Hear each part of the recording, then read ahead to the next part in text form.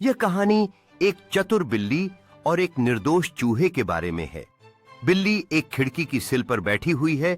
उसके चेहरे पर एक चालाक मुस्कान है, जबकि उसकी नजरें चारों ओर घूम रही हैं।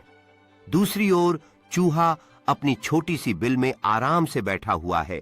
उसकी आंखें चौड़ी हैं और उसे अपने ऊपर मंडराने वाले खतरे का पता नहीं है। बिल्ली चुपचाप दीवार के साथ चल रही है। उसकी पूंछ लहराती है और उसकी आंखें चूहे की बिल पर टिकी हैं, जैसे वह अपने शिकार पर ध्यान केंद्रित कर रही हो। दूसरी तरफ चूहा आराम से चीज के एक टुकड़े को चबा रहा है और उसे इस बात का बिल्कुल भी ध्यान नहीं है कि खतरा उसके पास ही है। फिर बिल्ली अचानक आगे कूदती है। उसके मुंह में घातक इरादा है और चूहा, जो अभी भी अनजान है, उसकी पहुंच में है। लेकिन चूहा अचानक सतर्क हो जाता है जब उसे एक हलचल सुनाई देती है।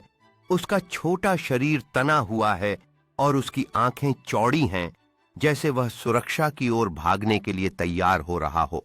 बिल्ली जमीन पर ग्रेसफुली उतरती है, लेकिन उसे यह देखकर हैरानी होती है कि चूहा तेजी से अपनी बिल में गायब हो जाता है, केवल हवा में हल्का सा झोंका छोड़ता है।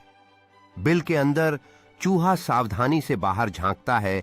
उसकी छोटी नाक फड़फड़ाती है, जैसे वह स्थिति का आकलन कर रहा है, किसी भी खतरे के संकेत पर पीछे हटने के लिए तैयार। बिल्ली जमीन पर बैठकर अपनी अगली चाल पर विचार कर रही है। उसके चेहरे पर निराशा और जिज्ञासा का मिश्रण है, क्योंकि वह ध्यान से बिल को देख रही है। वहीं चूहा अपनी बिल के अंदर एक छोटे से चीज के टुकड़े को पकड़े हुए है, जो बिल्ली से बचने की जीत का अनुभव कर रहा है, जबकि उसका दिल उत्साह से धड़क रहा है।